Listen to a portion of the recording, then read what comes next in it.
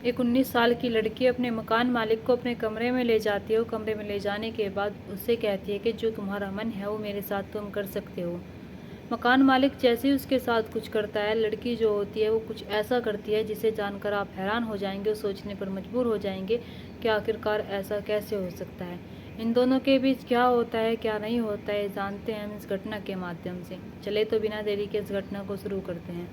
नमस्कार, आदाब, सत श्री अकाल, हर हर महादेव। मेरा नाम रूपा है और आज की घटना उत्तर प्रदेश के नोएडा की है। नोएडा में सुबह के लगभग 8 या 8:30 बजे होंगे। पुलिस कंट्रोल रूम में फ़ोन जाता है और कहा जाता है कि साहब जल्दी आइए। पता दिया जाता है। पुलिस वाले मौके पर पहुंचते हैं। पहुंचने के बाद जब वहां की हालत देखते हैं जाकर, तो एक लड़की खड़ी हुई होती है और लड़की के बराबर में एक व्यक्ति खड़ा हुआ होता है और उनके ही बराबर में 2 लड़के होते हैं। अब इन सबको देखकर उनसे पूछा जाता है कि यहाँ पर क्या हुआ। तभी लड़की कहती है कि साहब इन्होंने मेरे साथ ज़बरदस्ती किया है, इन्होंने मेरे साथ गलत काम किया है। मकान मालिक जो सहमा हुआ था, मकान मालिक जो चुपचाप खड़ा हुआ था, पुलिस वाले जब उस लड़की की सारी बात सुनते हैं तो उस लड़की को बैठाते हैं, उसे पानी पिलाते हैं और एक कहते हैं कि इत्मीनान से बताओ कि आखिरकार तुम्हारे साथ हुआ तो हुआ क्या है। लड़की बताती है कि साहब मैं यहाँ पर किराए पर रहती हूँ, मेरे पिता नहीं है, मेरी माँ है, मेरी माँ से अनबन चल रही है, इसलिए मैं अपनी बहन के साथ यहाँ पर किराए पर थी और मेरा मकान मालिक अंदर आता है और अंदर आने के बाद ये मेरे साथ ज़बरदस्ती करने लगता है और मेरे साथ गलत काम करने लगता है। पुलिस वाले जब उस लड़की की बात सुनते हैं और उस कमरे को देखते हैं तो उन्हें देखकर बिल्कुल भी नहीं लग रहा था कि इस लड़की के साथ ज़बरदस्ती हुई होगी, क्योंकि उस कमरे की हर एक चीज़ आराम से रखी हुई थी, हर एक चीज़ अपनी जगह पर सटीक रखी हुई थी, कोई भी चीज़ इधर उधर नहीं थी। अगर लड़की के साथ ज़बरदस्ती हुई होती तो वो कहीं से थोड़ी बहुत हलचल तो करती है, लेकिन फिर भी पुलिस वाले लड़की की बात सुनते हैं। उस लड़की की बात सुनने के बाद उससे कहते हैं कि ठीक है, तुम्हारे मकान मालिक ने जो तुम्हारे साथ किया है, अगर इसने सच में ये सब कुछ किया है तो हम इसे सज़ा ज़रूर दिलवाएंगे। जब ये सारी बात वे कहते हैं, लड़की का नाम जहरा होता है। जहरा कहती है कि साहब मुझे इंसाफ ज़रूर मिलना चाहिए। अब पुलिस वाले अब देखते हैं कि वहाँ पर 2 लड़के और होते हैं और देखते हैं कि इसकी सगी बहन भी होती है। उन्हें चक्कर समझ में नहीं आता है, लेकिन वहाँ पर सीसीटीवी फुटेज लगी होती है। अब सीसीटीवी फुटेज खंगालने लगते हैं, लेकिन जैसे सीसीटीवी फुटेज खंगालते हैं तो देखते हैं कि लड़की खुद मकान मालिक को अपने कमरे में बुलाती है, खुद वो उसे अपने साथ लेकर जाती है। लेकिन वो जब उसे अपने साथ लेकर गई थी तो उस पर इल्ज़ाम क्यों डाल रही है, और इसी दौरान उसकी सगी बहन उसके साथ होती है और उसके ही बाद जो और किराएदार होते हैं अन्य, वे भी उस कमरे में आ जा रहे थे। यानी कि 2 व्यक्ति होते हैं, 2 लड़के होते हैं, जिसमें एक का नाम बादल है और एक का नाम प्रिंस है और इसकी बहन भी है। तो ऐसा कैसे कह रही है कि लड़की मकान मालिक ने उसके साथ ज़बरदस्ती की है। अब पुलिस वालों को जब ये बात समझ में नहीं आती है तो 2 लड़के जो होते हैं उन पर उन्हें शक होता है। उन 2 लड़कों का रिकॉर्ड खंगालना शुरू कर देते हैं, यानी कि प्रिंस का और बादल का। अब जैसे प्रिंस और बादल का रिकॉर्ड खंगाला जाता है तो पता चलता है कि बादल पर मुकदमे दर्ज हैं, हापुड़ में भी इस पर मुकदमे दर्ज हैं और 12 से ज़्यादा मुकदमे दर्ज हैं। दिल्ली जैसे गौतम बुद्ध नगर में भी इस पर मुकदमे दर्ज हैं। अब पुलिस वाले जब बादल की सारी डिटेल निकालते हैं, बादल की उम्र 38 साल होती है, उस लड़की की उम्र 19 साल होती है, तो कहीं ना कहीं उन्हें कुछ समझ में नहीं आता है। प्रिंस जो एक पढ़ा लिखा आदमी था, जिसने बीए पास कर रखी थी, और इधर ये बादल और जो जहरा है, ये दोनों 10वीं फेल होते हैं।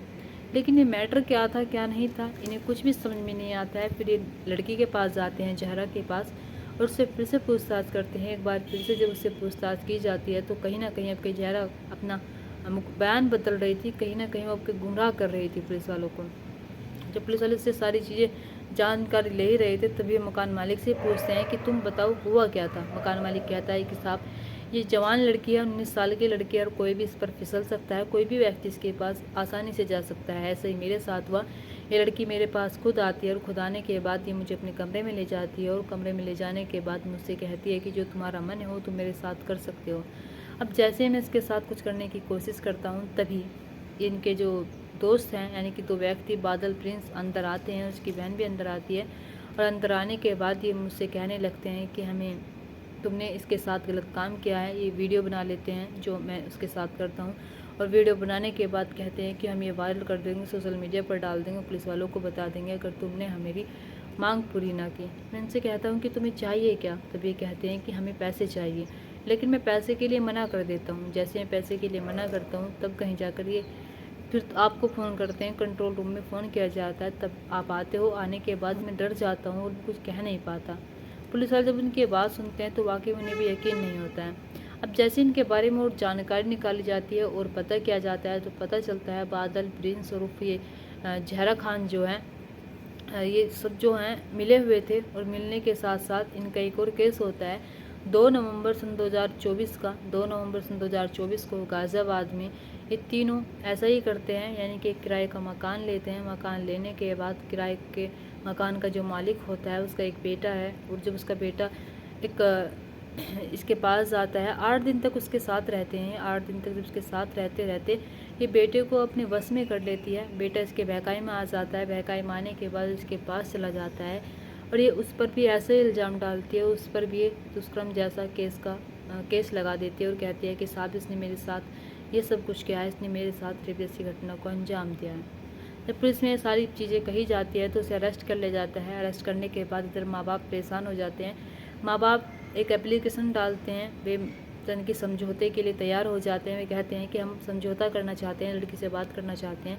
लड़की भी बात करने के लिए तैयार हो जाती है, लड़की भी समझौता करने के लिए तैयार हो जाती है और जहरा का उस मकान मालिक से समझौता हो जाता है। ये दोनों बीडी में 2 करोड़ की मांग करते हैं, यानी कि तीनों लोग, लेकिन इन्हें 2 करोड़ तो मिलते नहीं हैं, लेकिन 5.5 लाख पर बात डन हो जाती है। 5.5 में से 2 लाख रुपये पहले दे दिए जाते हैं और जो 50,000 बचते हैं वे बाद में दे देते हैं। लेकिन जैसे पैसों को देने में देरी होती है तो जहरा, प्रिंस और जो बादल होते हैं ये फिर से पुलिस स्टेशन यानी कि 112 पर कॉल करते हैं और कॉल करने के बाद कहते हैं कि हमें हमारे पैसे नहीं मिले हैं।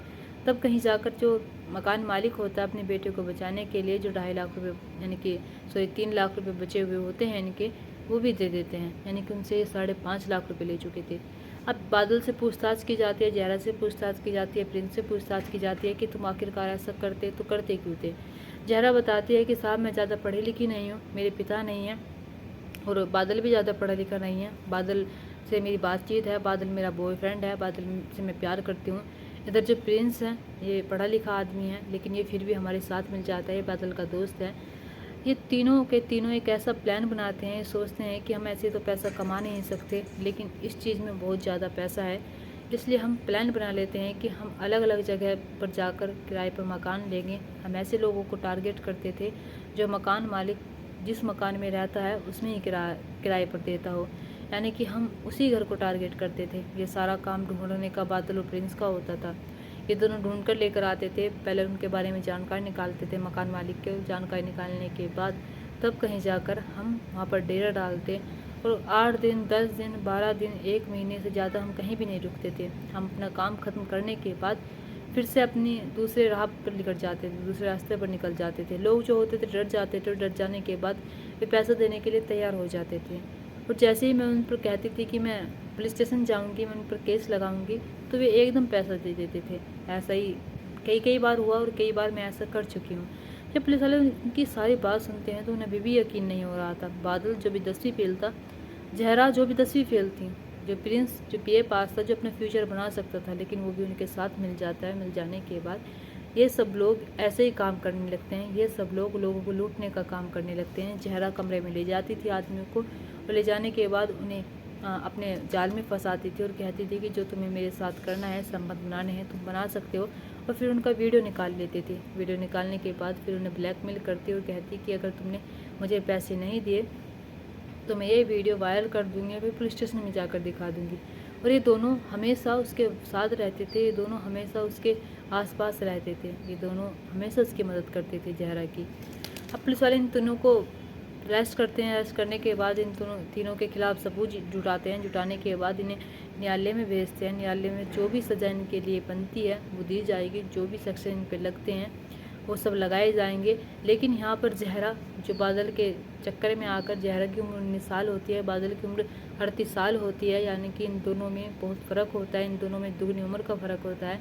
प्रिंस जो पढ़ा लिखा था, जो अपने फ्यूचर बना सकता था, लेकिन ये तीनों किसी और ही रास्ते पर चलने लगते हैं। ये तीनों कहते हैं कि इसमें ज़्यादा पैसा है। इंसान आजकल ना जाने क्यों पैसे के पीछे इतना भाग रहा है कि उसे पता ही नहीं है कि पैसा उसे दलदल में ले जा रहा है। जिस पैसे के पीछे वो भाग रहा है वो पैसा असल में उसका है ही नहीं है, वो पैसा एक मोह माया है। हमारी मेहनत की कमाई हमें रास आती है, अगर हमारी मेहनत की कमाई ना हो तो हमें कभी रास नहीं आती है। इन तीनों के साथ भी ऐसा ही होता है। ये तीनों भूल चुके थे कि ये कितना गलत कर रहे हैं। ये तीनों इतनी अय्याशी में आ चुके थे कि इन्हें कुछ दिखता ही नहीं है। ये सिर्फ कमाने में लगे हुए थे, ये सिर्फ लोगों को फांसने में लगे हुए थे, ये सिर्फ लोगों को पागल बनाने में लगे हुए थे। दोस्तों, आप क्या कहना चाहेंगे इस घटना पर? आप अपनी क्या राय रखना चाहेंगे? आप क्या कहना चाहेंगे ज़हरा के बारे में? आप क्या कहना चाहेंगे बादल के बारे में? और आप क्या कहना चाहेंगे प्रिंस के बारे में? और इन तीनों में सबसे ज़्यादा गलती किसकी है? और इन तीनों में सबसे ज़्यादा गिरा हुआ काम किसने किया है? आप अपनी राय कमेंट बॉक्स में कमेंट करके ज़रूर बताना। दोस्तों, ज़हरा के पिता ज़रूर नहीं थे, लेकिन माँ ज़रूर थी। लेकिन पता नहीं माँ की उसको पता था या फिर नहीं पता था ज़हरा के बारे में सब कुछ। और उसकी बहन जो कि उसके साथ रहती थी, ऐसा हो नहीं सकता कि बहन साथ में रहती हो और बहन को ही ना पता हो। दोस्तों, आप अपनी राय ज़रूर बता कर जाइएगा, बिल्कुल अपनी राय रख कर जाना कमेंट बॉक्स में। और दोस्तों, इस कहानी और घटना को सुनाने का मकसद मेरा आपका दिल दुखाना नहीं था, आपको परेशान करना नहीं था, आपको घटना के बारे में बताना था, आपको सचेत करना था। आप अपने परिवार के साथ खुश रहिए। नमस्कार।